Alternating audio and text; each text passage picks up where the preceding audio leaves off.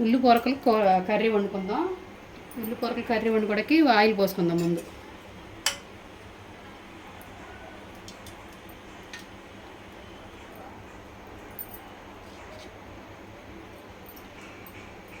సరిపోతుంది. Oil వీటెక్కిద్దాం. Oil వీటెక్కింది. దాంట్లో కొద్దిగా తాలింపులు కరివేపాకు,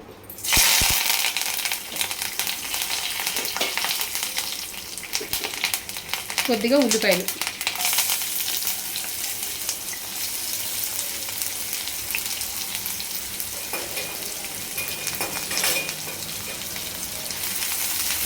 కొద్దిగా ఆగనిద్దాం.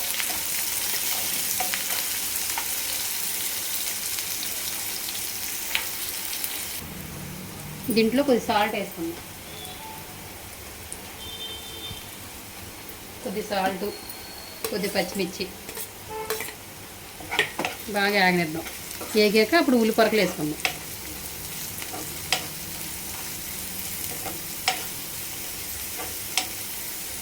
కొద్ది మగ్గనిద్దాం.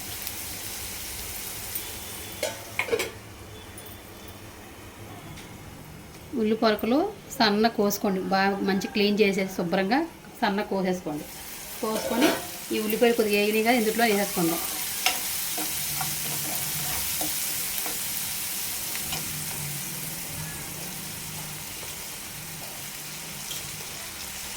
మగ్గితే అంత అవదు. ఇవి చూస్తా మటుకి బాగా ఎక్కువగా ఉంటాయి, కానీ మగ్గితే అంత అవదు.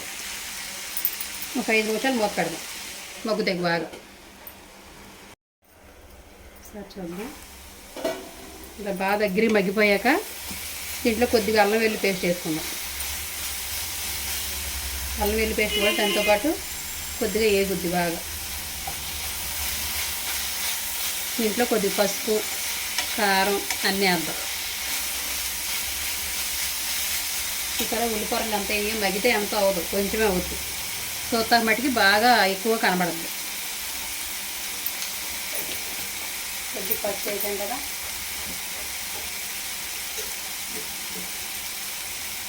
కొద్దిగా కారం, కొద్దిగా గరం మసాలా వేస్తున్నాం. కొంచెమే వేస్తున్నాం, ఎక్కువ వేయట్లేదు. చూసి మీరు వేసుకోండి, మీరు తినే బట్టి వేసుకోండి. సాల్ట్ కొద్దిగా వేసాను కాబట్టి కొద్దిగా వేద్దాం. మళ్ళీ ఎక్కువ అయిపోతే తినలేము, కష్టం.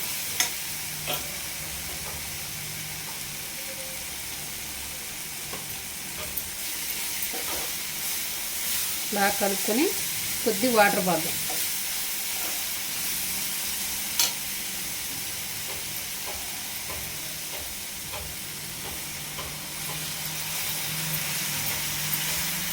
కొంచెం పోద్దాం, ఎక్కువ వద్దు నీళ్ళు. ఆల్రెడీ అందులోంచి వాటర్ వస్తుంది కాబట్టి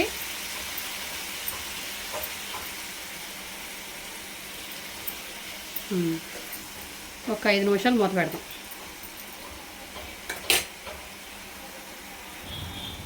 వాటర్ పోసాక కొద్దిసేపు మూత పెట్టుకుందాం. ఒక 5 నిమిషాలు మూత పెట్టుకుని మళ్ళీ కొత్తిమీర వేద్దాం. దీంట్లో కొద్దిగా కొత్తిమీర వేసుకుందాం.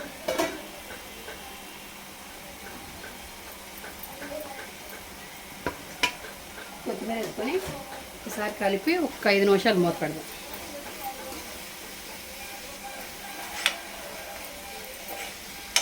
ఇవి చపాతీలోకి వాటిలో బాగుంటుంది ఎక్కువగా. ఒక 5 నిమిషాలు మూత పెడదాం.